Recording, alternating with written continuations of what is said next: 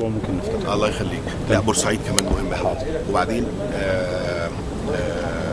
العريش الظروف الامنيه هي هل الظروف الامنيه تمنع احنا نشتغل؟ المقاول ما بيجيب صناعيته من خارج العريش اللي هو الجيش. مين المقاول؟ الجيش.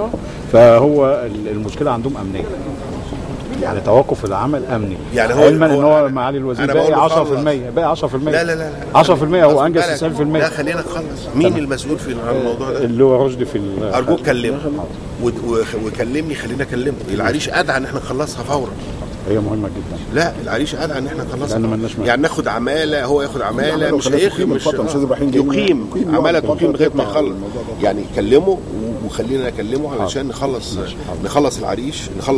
بورسعيد شبين الكوم بقى فيها حاجات بسيطه حضرتك الا القناطر ناقصها الاساس. ايه حكايه الاساس؟ ما هو كله هم ليه ما بنشتغلش بالتوازي مع بعض؟ الخطا ان كله تعاقدوا مع مصلحه السجون، فكم كبير جدا حضرتك في مصلحه السجون.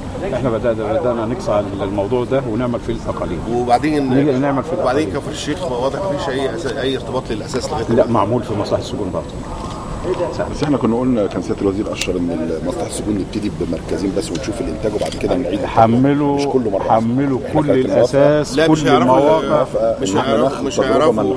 هل السجون بتشتغل في القاهره فقط؟ اعتقد مش في القاهره بس. مش هيقدروا مش هيقدروا الهيئه العربيه للتصنيع ما عندهاش اساس. لا عندها الاجهزه، بنجيب منها الاجهزه فقط، لكن ما فيش اساس.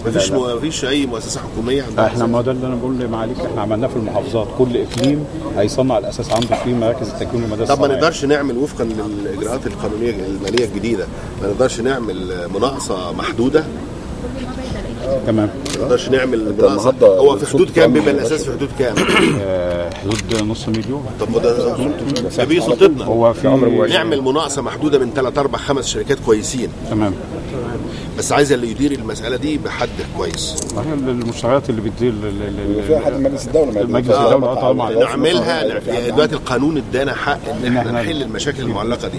عندك كل المشاكل المعلقه دي، بدل ما تحط السله بتاعتك كلها، البيض كله في سله واحده، انت خرج بقى حكايه الشرطه مش هتقدر توفي بالتزاماتنا في الوقت اللي جاي.